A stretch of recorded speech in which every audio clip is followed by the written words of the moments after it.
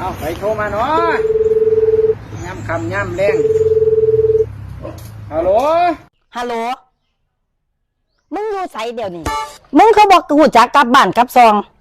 มึงไปหาสแต็กแดกตับแต่เหล่าอยู่นั่นล่ะเด้อย่าสิหูจักกลับมาเอ็ดเวียกซอยกูกับลูกมึงอยู่ไสก่อนเดี๋ยวนี้กูคืออยากหูจักแท้เอากระยุวัดนี่ล่ะมึงไปเอ็ดตายหยังอยู่วัดนั่นเอากระยุมา20 กว่าปีแล้วได้เหรอโยม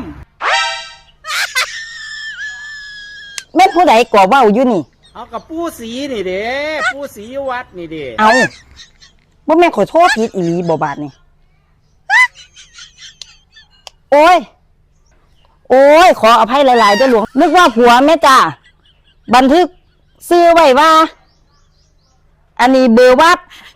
ผัวกับซื้อวัดโอ้ยขอผิดจ้า